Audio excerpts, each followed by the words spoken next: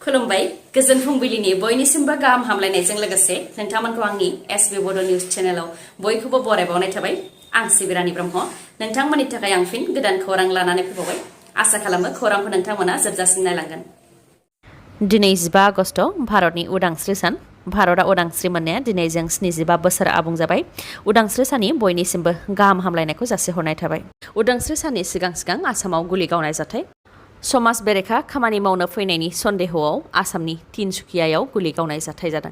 जायनाखि दिनैनि सान भारतनि उदांस्रि सानाव आलफा उदखारि हान्जाया बन्द फोसावदोंमोन। बेनि अनगायैबो दिनैनि सानाव जाहाथे रावबो समाज बेरेखा खामानि मावनो खाबु मोना बेनि थाखाय गोख्रों सिग्रोमनाया गासै आसामावनो जादों। थिग बेबायदिनो तिनसुकिया जिल्लायावबो गोख्रोङै सिग्रोमदों पुलिस हान्जाया। जायगा जायगा चेक पइन्ट होनानै गोख्रोङै सिग्रोमबाय थानायावनो गंसे गारिया पुलिसनि बिथोनखौ मानियाखै। पुलिसा गारिखौ लाखिनो थिनदोंब्लाबो गारिखौ लाखियालासे सालायलांदोंमोन। जायनि थाखाय पुलिसा गारिनि सायाव गुलि गावनो गोनां जादों। बेनि अनगायैबो पुलिसा गारिखौ हमनो थाखाय होसोलांदोंमोन। नाथाय गारिया पुलिसनि आखाइनिफ्राय खारग'लांनायाव जाफुंसार जानो हादों। आसामनि अनगायैबो मणिपुरावबो दिनैनि सानाव गाग्लोबनो नागिरनाय सास्नि PLAनि सोद्रोमाफोरखौ एरेस्ट खालामनो हादों।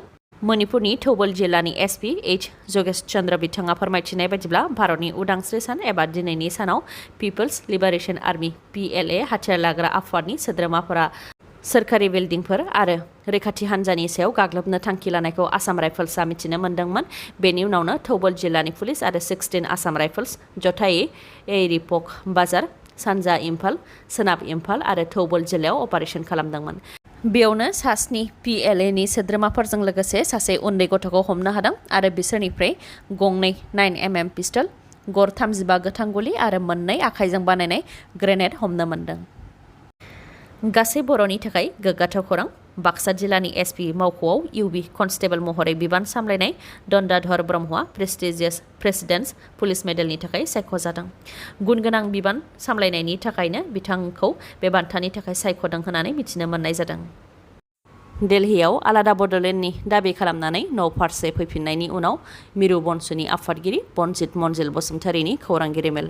आलादा बड'लेण्डनि थाखाय दिल्लीयाव सोमावसारनायाव जाफुंसारदों होननानै फोरमायथिदों बनजित मनजिल बसुमतारीया। बिथाङा फोरमायथिनाय बायदिब्ला बिथांमोनहा प्राइम मिनिस्टार नरेन्द्र मदि, हम मिनिस्टार अमित शाह आरो प्रेसिडेन्ट द्रौपदी मुर्मु बिथांमोननो गोसोखां बिलाइ गथायदों आरो गोसोखां बिलाइनि गेजेरजों बर'फोरनि खुद्रिसारनाय आरो जेंनाखौ मिथिहोदों। बेनि अनगायैबो हम सेक्रेटारिजों लोगो हमदों आरो बर'फोरनि जेंनाखौ मिथिहोदों। बिथाङा उदांस्रि साननि उनाव हम मिनिस्टारजों लोगो हमहोनायनि खोथा बुंथिदों। बिथांनि अनगायैबो भारतनि केबिनेट मिनिस्टार रामदास आथावालेजोंबो गोलाव सम सावरायलायदों, जेराव बिथाङा इउनियन टेरिटरि लेभेलसिम सावरायनायाव मदद होनो थाखाय खोथा होदों। नाथाय इउनियन टेरिटरि लेभेलसिम सावरायनायखौ लुबैयाखै, आलादा बड'लेण्डनि थाखायसो सावरायगोन होननानै बुंथिदों बिथाङा। दिल्लीयाव बेफोर सावरायलायनायनि सोमोन्दै फोरमायथिनायनि अनगायैबो दिल्लीयाव आलादा बड'लेण्डनि थाखाय सोमावसारनायाव मदद होनाय गुबुन गुबुन आफाद all India Bodo' people's national league for Bodoland statehood, Bodo' writers academy, citizenship rights forum, Bodoland Janajati Suraksha मंच आरो माखासे आफादफोरखौ साबायखर बावहरनायजों लोगोसे रायजो राजाफोरखौ साबायखर बावहरदों बंस'नि आफादगिरि बनजित मनजिल बसुमतारी बिथाङा।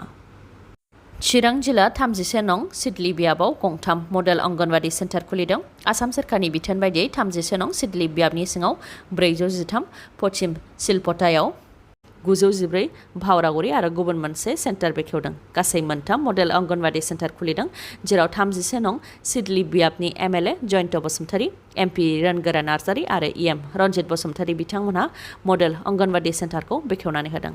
बे बेखेवनाय हाबाफारियाव बिथांमोनजों लोगोसे चिरां जिल्ला ससियेल वेलफेयार डिपार्टमेन्टनि मावख'गिरि, अंगनवाड़ी सेन्टारनि मावख'गिरि आरो रायजो राजा बिथांमोनहा बाहागो लादोंमोन। 914 भावरागुरि अंगनवाड़ी मिरुखौ बेखेवनानै MLA जयन्त बसुमतारी बिथाङा बुंथिदों दि उन्दै उन्दै गथ'फोरनि जौगानायखौ नोजोर होनानैनो अंगनवाड़ी मिरुखौ बेखेवनानै होनाय जादों। बिमा बिफानि उनाव गथ'फोरखौ जौगाहोनायाव अंगनवाड़ीनिनो गिदिर बिहोमा दङ होननानै फोरमायथिदों बिथाङा। लोगोसे बुंथिबावदों दि आसाम सोरखारनि बिथोन बायदियै 31 नं सिडली बियाबाव मडेल अंगनवाड़ी मिरुखौ लुनाय जादों। मोनफ्रोमबो बिल्डिंखौ 25 लाख रांनि लुनाय जादों, जेराव मोजां इनफ्रास्ट्राक्चार दङ आरो जायजों गथ'फोरखौ बोनो हागोन होननानै फोरमायथिदों। लोगोसे आसाम सोरखारा आसामनि साफ्रोमबो MLAफोरनि बियाबाव 11 मडेल अंगनवाड़ी मिरु लुनो बिथोन हरदोंमोन। बेनिनो 4खौ सिडली बियाबाव लुनो हाबाय आरो 4नि मादाव 3खौनो बेखेवनानै होनाय जाबाय होननानै फोरमायथिदों MLA जयन्त बसुमतारी बिथाङा। दिनै 15 आगस्ट भारतनि उदांस्रि सान भारतआ उदांस्रि मोननाया 75 बोसोर जाबाय नाथाय क'क्राझार जिल्लानि दरसे बर' गामिया दिनैसिमबो सोरखारि अनसुंथाइ मोननायनिफ्राय गोजानाव थानो गोनां जादों। क'क्राझार जिल्ला मागुरमारि पिसिडिसि सेसापानि गामिनि रायजो राजाफ्रा दिनैसिमबो सोरखारि अनसुंथाइ जेबो मोननो हायाखै जायखौ लानानै दुखु मोननाय फोरमायथिदों रायजो राजाफ्रा। फोरमायथिनाय बायदिब्ला सेसापानि गामियाव गासै गं 150 न'खर दङ नाथाय गंथाम गंब्रैसो न'खरफोराल' सोरखारि अनसुंथाइखौ मोनबाय थायो। गुबुन न'खरफोरा दासिमबो मोनसेबो सोरखारि अनसुंथाइखौ सिगांनि समनिफ्रायनो मोनफेराखै। PMAYG बिथांखिनि गेजेरजोंबो न' मोननो हायाखै। अरुणोदय बिथांखिनि गेजेरजोंबो जेबो मुलाम्फा मोननो हायाखै होननानै फोरमायथिदों ओनसोलनि सुबुंफोरा।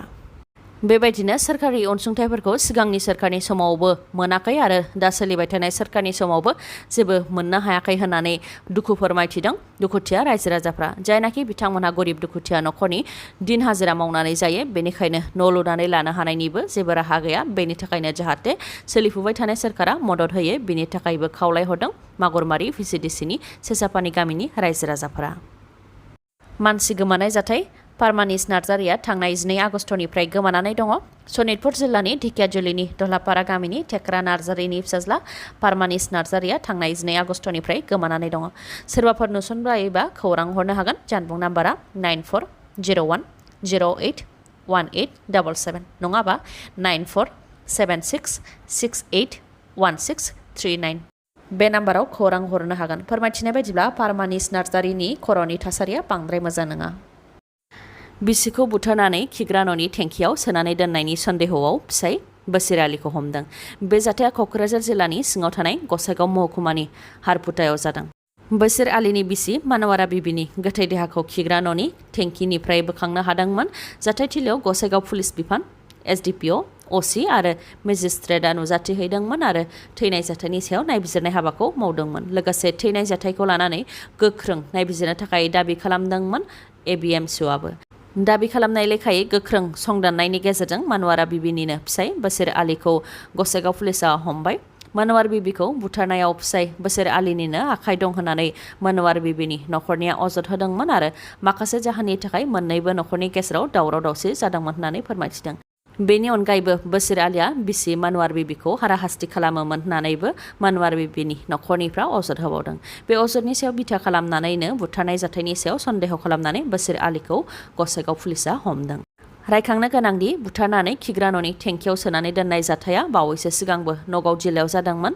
नगाव जिल्लानि कालियाबरनि टुटरि ओनसोलाव खिग्रा न'नि टेंकिनिफ्राय थैनाय सुबुंनि बेगें बोखांनो हादोंमोन। थैनाय सुबुंनि मुङा उमेश बरामोन आरो बे बुथारनाय जाथायाव बिसिनिनो आखाइ दं होननानै बिसिखौ पुलिसआ हमदोंमोन।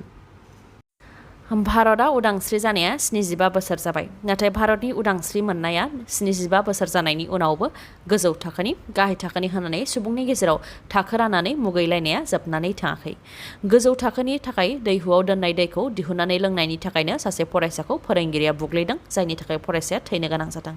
बे सोंखारिजाथाव जाथाया राजस्थाननि जाल'रेद जिल्लायाव जादों। जाल'रेद जिल्लानि सुराना गामिनि सरस्वती विद्या मन्दिर मुंनि गंसे सोरखारि नङै फरायसालियाव जादों। 3 थाखोआव फरायनाय 9 बोसोर बैसोनि इन्द्र मेघवाल मुंनि फरायसाया जोबोद दै गांनायनि थाखाय दैहुआव दोननाय दैखौ गिलासजों हाननानै लोंदोंमोन जायनि थाखाय दैहुखौ दांनायनि थाखायनो फोरोंगिरिया फरायसाखौ गाज्रि बुग्लिदों। बुग्लिजानाय फरायसानि बिफाया फोरमायथिनाय बायदिब्ला फोरोंगिरिनि बुग्लिनायजों फिसाज्ला इन्द्र मेघवाला गोबां जोखोम जादोंमोन जायनि थाखाय बिथांखौ फाहामथायनि थाखाय आहमेदाबाद देहा फाहामसालियावबो थिसननाय जादोंमोन नाथाय फोरोंगिरिनि गाज्रि बुग्लिनायनि थाखाय फरायसाखौ फाहामथाय होसेयावबो रैखा खालामनो हानाय जायाखै। दुथां फोरोंगिरिनि मुङा शैली सिंह 40 बोसोर बैसोनि। जाथायखौ लानानै SC/ST प्रिभेन्सन अफ एट्रसिटिज एक्टनि सिङाव आरो मार्डार केसआव फोरोंगिरिखौ एरेस्ट खालामनाय जाबाय। गुबुन फारसेथिं जाथायखौ लानानै गोख्रों सोंखारिदों राजस्थाननि गिबि मन्थ्रि अशोक गेहलत बिथाङा। लोगोसे जाथायनि सायाव गोख्रैथिजों नायबिजिरनो थाखायबो बिथोन होबाय आरो थैनाय इन्द्र मेघवालनि न'खरनो 5 लाख रांनि अनसुंथाइ होनो थाखायबो फोसावबाय। दिनैनि खौराङा एसेनोसै। खौरांखौ जोबजासिम नायनायनि थाखाय गोजोन्थों। नोंथाङा आंनि चेनेलाव गोदानबा सानफ्रामबो फुंनि समाव खौरां मोननो थाखाय चेनेलखौ साबस्क्राइब खालाम आरो बेल आइकनखौबो क्लिक खालाम। लोगोसे खौरांखौ मोजां मोनदोंबा लाइक, कमेन्ट आरो शेयार खालामनो दाबाव। गोजोन्थों।